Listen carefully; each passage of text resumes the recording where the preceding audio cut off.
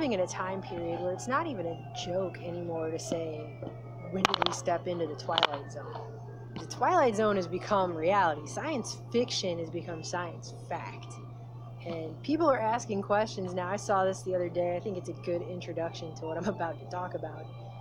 Somebody just posted this. Okay, so paranoid schizophrenia about the government always watching you used to be a mental illness. Now it's just a realistic understanding of how the world works, right? I mean, that's a question that is being seriously asked about our society in 2019. And I had just retweeted that out yesterday thinking, wow, that's a milestone. And today I saw this. They're fully admitting now that they have technology which can transmit audio directly into your ears from a distance without anyone else around you knowing that it's happening to you. So they can put voices in your head, and they're admitting it now. This is technology that's been around on record since at least the 70s, and they've always kind of denied that it's true, and they've made people who claim they're targeted by such technology sound like crazy lunatics who have schizophrenia or mental problems or something like that. But now in 2019, well, this is going to be commercially viable tech that they're going to try and find a reason why we need to have such a thing and say that it's all good. And this is in futurism.com, but it's based on a press release that came out of Massachusetts Institute of Technology. They used a laser to transmit audio directly into someone's ears. And it says, scientists have figured out how to use a laser to transmit audio ranging from music to speech to a person across a room without any receiver equipment. It says, our system can be used from some distance away to beam information directly into someone's ear. MIT researcher Charles M. Wynn said in a press release, it is the first system that uses lasers that are fully safe for the eyes and skin to localize an audible signal to a particular person in any setting. And they published a paper in the Journal of Optic Letters, and they describe how they have two different methods to transmit tones, music, and recorded speech to a person's ears directly via a laser.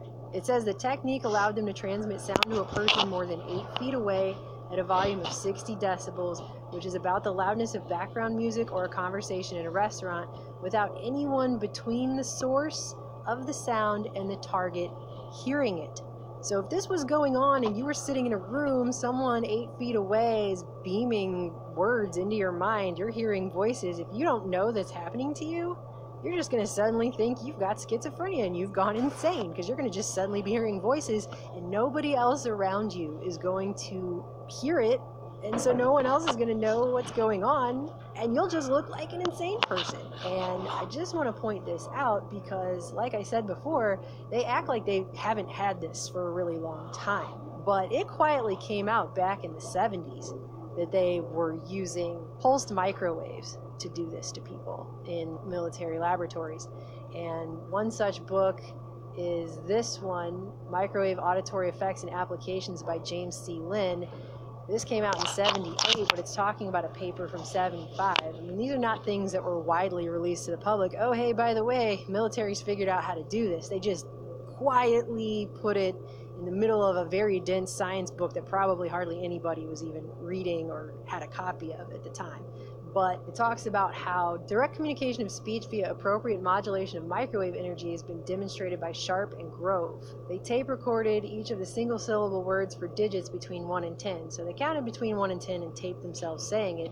And then the speech wave forms of each word were converted to digital signals in a fashion, and they radiated themselves with this speech modulated microwave energy, and they were able to hear and identify and distinguish the words just simply by being radiated with the microwave energy. But it goes on to say that communication of more complex words and full sentences wasn't attempted because at that time the power density that would be required to transmit those messages would have exceeded the safety guide for radiation exposure. Of course, is a joke in this country anyway, but not the point. They claimed they didn't go further with it because they didn't want to mess with the safety limit. You can choose to believe that if you want to, but obviously research on this did not stop, because then by 1989, you had a patent get awarded with a seemingly benign, boring title that no one would really pay attention to, hearing device. The patent, if you read the abstract, says it's a method and apparatus for simulation of hearing in mammals by introduction of a plurality of microwaves into the region of the auditory cortex. By this method, sounds are perceived by the mammal, which are representative of the original sound received by the microphone, which is a really arduous way of just straight up saying they were able to talk into a microphone and beam it into the heads of quote-unquote mammals. And obviously they're talking about a person, because this is the head of, obviously looks like the head of a human being down here in the drawing, being beamed with microwave radiation. It doesn't look like just any mammal. It's a person, so they're just being really vague and ridiculous in their language. Basically, this is what came to be known as voice-to-skull technology. And now you live in a world where they're just openly admitting they have this now. And they're going to use lasers now to do this. So this is totally full-on military technology, and they're going to try and push it into the public domain and make it justifiable that we would have what could essentially be used as a torture device to make people think they're going insane by hearing voices in their head from a distance where no one around them can even pick up on it. I mean, it sounds like a science fiction nightmare come true. And here, listen to this justification they say here in this article. It says they believe further research will allow them to scale up the transmission device, which would make the technique useful in dangerous situations, such as during a mass shooting, where authorities could beam instructions directly to individuals without anyone else hearing them. Really? That's the justification for having such a device, is so that the authorities can beam instructions directly into people's heads. That doesn't sound like a slippery slope that could be misused in 1,000+ different other ways. Give me a break.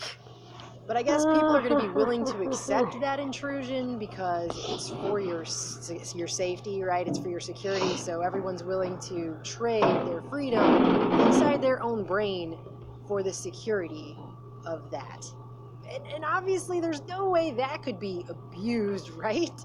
I mean, how naive are they going to pretend to be about this? I mean, how many different ways can this technology be used in a positive way versus how many different ways can this technology be abused in a evil villain in a science fiction movie kind of way? I mean, it doesn't take an MIT researcher to ask that question.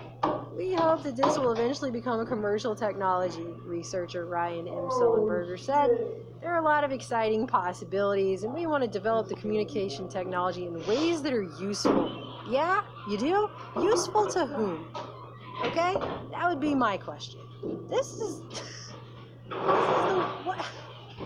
I'm just thinking of 7 years of targeted individuals contacting us with their stories that all sound horrifying, and you can never tell if what they're saying to you is real, it seems real enough to them, or if they're just insane. Well, guess what?